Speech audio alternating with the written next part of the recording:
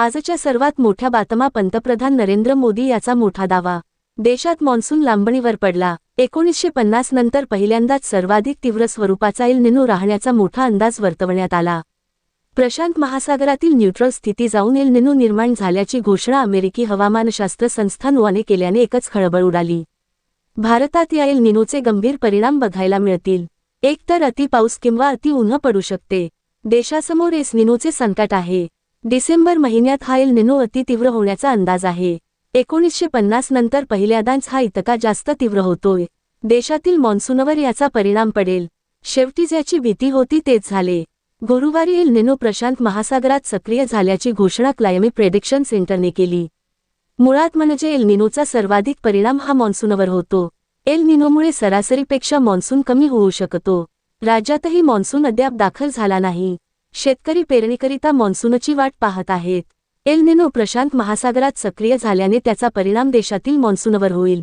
याची तीव्रता डिसेंबरमध्ये सर्वाधिक असेल. मॉन्सूनच्या पावसात याचा अडथळा निर्माण होऊ शकतो. भारतातील काही राज्यात मॉन्सून कमी पडण्याचा अंदाज आहे. एल निनोचा थेट मॉन्सूनवर परिणाम दिसतोय. पंतप्रधान नरेंद्र मोदी यांनी गुरुवारी नवी दिल्लीतील राष्ट्रपती भवन सांस्कृतिक केंद्रात नीती आयोगाच्या 11 आयोगाची बैठक घेतली.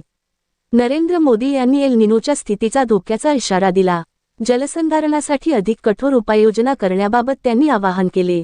मोदींनी राज्यांना कृत्रिम बुद्धिमत्तेमुळे निर्माण झालेल्या संधींचा लाभ घेण्याचे आवाहन केले.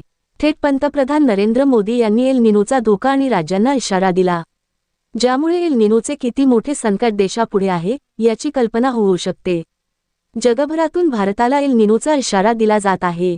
देशातील अनेक राज्य एल निनोच्या कचाट्यात येत आहेत, जिथे मोठा दुष्काळ पडू शकतो. मॉन्सूनचा पाऊस अत्यंत कमी पडण्याचा अंदाज आहे. रोहित पवार यांच्या सरकारला इशारा. अन्नत्याग आंदोलन रोहित पवार यांच्याकडून केले जातंय. पोलिसांनी या आंदोलनाला परवानगी दिली नाही.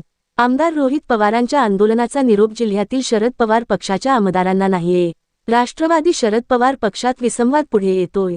आमदार उत्तम जानकर आणि आमदार अभिजित पाटलांना आंदोलनाची कोणत्याही प्रकारची माहिती नाहीये. शेतकऱ्यांच्या कर्जमाफीसाठी पंढरपुरात आमदार रोहित पवारांचे अन्नत्याग आंदोलन होतंय. सोलापूर जिल्ह्यात शरद पवार पक्षाचे 4 आमदार आणि 1 खासदार आहे. आमदारांना निरोप नसल्याची थेट 2 आमदारांनी कबुली देखील दिली. पोलिसांनी या आंदोलनाला परवानगी दिली नाही. आंदोलन सुरू होण्यापूर्वीच पोलिसांकडून आमदार रोहित पवारांना नोटीस देण्यात आली. कायदा सुव्यवस्थेचा प्रश्न आणि शिवाजी महाराज चौकातील वाहतूक व्यवस्थेचे कारण दाखवत पोलिसांकडून नोटीस बजावण्यात आली. पालिकेने इतर मोकळ्या जागेत आंदोलन करण्याचे सुचवले होते. मात्र छत्रपती शिवाजी महाराज चौकातील आंदोलनावरून नोटीस देण्यात आली. ही नोटीस आमदार रोहित पवार यांच्या आंदोलनापूर्वी पोलिसांकडून देण्यात आली. या दरम्यानच रोहित पवार यांनी सोशल मीडियावर एक पोस्ट शेअर केली. रोहित पवार यांनी लिहिले की विठुरायाची पंढरी सर्व भक्तांसाठी कायम खुली असतानाही सरकार बॅरिकेड्स लावून आमच्या मार्गात असे अडथळे आणण्याचा प्रयत्न करतंय. महामानव डॉक्टर बाबासाहेब आंबेडकरांनी दिलेल्या संविधानाने प्रत्येकाला आंदोलनाचा अधिकार दिला. त्यामुळे अन्नदात्यासाठीच्या अन्नत्याग आंदोलनात कितीही अडथळे आणले तरी आंदोलन थांबणार नाही. सत्तेचा अहंकार जनतेच्या ताकदीसमोर कधीही टिकत नसतो, हे सरकारने लक्षात ठेवावं. उलट लढणाऱ्याचे हात धरून आणि बोलणाऱ्याचं तोंड दाबून सरकार स्वतःचाच पराभव सिद्ध करतंय.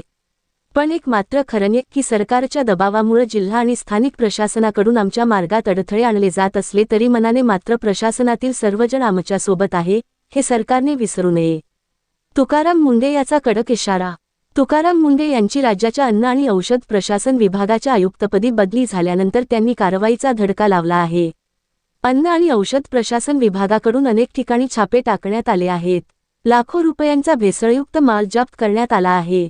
तुकाराम मुंढे यांनी उगारलेल्या कारवाईच्या बडग्यामुळे भेसळयुक्त अन्न पदार्थ विकणाऱ्या विक्रेत्यांचे धाबे दणाणले आहेत. आतापर्यंत अशा पद्धतीने अन्न पदार्थांची विक्री करणाऱ्या अनेकांवर कारवाई करण्यात आली आहे. तसेच अन्न व औषध प्रशासनाकडून ग्राहकांना भेसयुक्त अन्न पदार्थांची माहिती देणं सोपं व्हावं यासाठी एक हेल्पलाईन नंबर देखील जारी करण्यात आला आहे. दरम्यान आता एक मोठी बातमी समोर आली आहे, ती म्हणजे राज्यातील गुटखा माफियांवर आता थेट मकोका अंतर्गत कारवाई होणार आहे. अन्न आणि औषध प्रशासन विभागाचे आयुक्त तुकाराम मुंढे यांनी सर्व क्षेत्रीय अधिकाऱ्यांना यासंदर्भात आदेश दिले आहेत. गुटखा, तंबाखू, निकोटीनयुक्त पानमसाल्याच्या अवैध वापराला प्रतिबंध घालण्यासाठी आता अन्न व औषध प्रशासनाकडून हे मोठं पाऊल उचलण्यात आलं आहे. केवळ विक्रेतेच नव्हे तर उत्पादक, पुरवठादार, वाहतूकदारांवरही कारवाई होणार आहे. यामधून कोणाचीही सुटका होणार नाही, असा इशाराच अन्न व औषध प्रशासन विभागाच्या वतीने देण्यात आला आहे. गोदाम चालक आणि घाऊक तसेच किरकोळ विक्रेतेही एफडीएच्या रडावर असणार आहेत.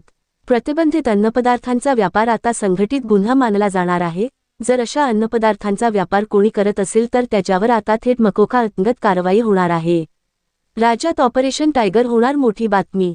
महाविकास आघाडीतील अनेक नेत्यांनी महायुतीतील पक्षांमध्ये प्रवेश केला होता. अशातच आता गेल्या काही काळापासून ऑपरेशन टायगरची चर्चा सुरू आहे. शिवसेना उद्धव बाळासाहेब ठाकरे पक्षाचे अनेक खासदार एकनाथ शिंदे यांच्या शिवसेनेच्या संपर्कात असल्याचे बोलले जात आहे. अशातच आता एका खासदाराने महत्त्वाच्या बैठकीला दांडी मारल्याचे समोर आले आहे. आज धाराशिवमध्ये शिवसेना उद्धव बाळासाहेब ठाकरे पक्षाच्या बैठकीचे आयोजन करण्यात आले होते. ऑपरेशन टायगरच्या चर्चा असताना या बैठकीला खासदार ओमराजे निंबाळकर अनुपस्थित असल्याचे समोर आले आहे. एकीकडे ठाकरे गटाचे 7 खासदार शिवसेना शिंदे गटाच्या वाटेवर असल्याच्या चर्चा, दुसरीकडे खासदार ओमराजे निंबाळकर बैठकीला अनुपस्थित असल्याचे चर्चांना उधाण आले आहे. शिवसेना उद्धव बाळासाहेब पक्षाचे आमदार अबादास दानवे यांच्या उपस्थितीत धाराशिवमध्ये प्रमुख पदाधिकाऱ्यांची बैठक आयोजित करण्यात आली होती. या बैठकीला खासदार ओमराजे निंबाळकर यांनी दांडी मारली. ओमराजे निंबाळकर बैठकीला गैरहजर का, असा प्रश्न विचारला असता काही काम असेल म्हणून ते आले नसतील, त्यांच्याच कार्यालयात बैठक होती असं म्हणत दानवेंनी बाजू सावरण्याचा प्रयत्न केला. अबादास दानवे यांच्या उपस्थितीत बैठकीला आमदार कैलास पाटील, आमदार प्रवीण स्वामी यांच्यासह अनेक पदाधिकारी हजर होते. मात्र ओमराजे निंबाळकर अनुपस्थित असल्याने चर्चांना उधाण आले आहे. संजय राऊत याचा शिंदेना इशारा. ठाकरे यांचे काही खासदार एकनाथ शिंदेंच्या संपर्कात असल्याचे बोलले जात आहे. याच पार्श्वभूमीवर उद्धव ठाकरे यांनी उद्या मातोश्रीवर खासदारांची बैठक बोलावल्याची चर्चा आहे. मात्र या वृत्तामध्ये तथ्य नसल्याचे शिवसेना ठाकरे गटाचे नेते, खासदार संजय राऊत यांनी स्पष्ट केलं. तसेच ऑपरेशन टायगर करणार असं जे म्हणतात, त्यांचं ऑपरेशन अमित शहांनी 100 वेळा केलं आहे, असा सणसणीत टोला त्यांनी एकनाथ शिंदे यांना लगावला. मिंद्यांचा गट सरळ मार्गाने जन्माला आलेला नाही अशी टीकाही संजय राऊत यांनी यावेळी केली. आमदार, खासदार, नगरसेवकांची बैठक घेणं ही कोणत्याही पक्षातील सतत सुरू असणारी प्रक्रिया आहे. मातोश्रीवरती अशा बैठका सातत्याने होत असतात. लवकरच अधिवेशन सुरू होईल, त्याआधी पावसाळा सुरू होईल. अनेकांना पावसात मुंबईत पोहोचता येत नाही. त्यामुळे उद्या खासदारांची बैठक घेऊन त्यांचे प्रश्न, त्यांच्या जिल्ह्यातले प्रश्न जाणून घेणार आहेत. अनेक प्रश्न आहेत, पाऊस नाहीये अनेक ठिकाणी, निधीचा विषय आहे.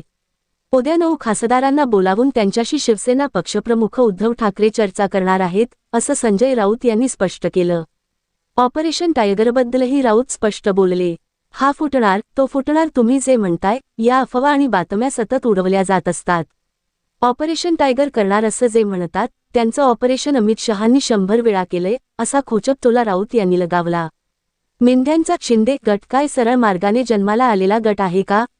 अमित शहांचा पक्ष आहे तो. ती काय शिवसेना आहे का, असंही राऊत म्हणाले.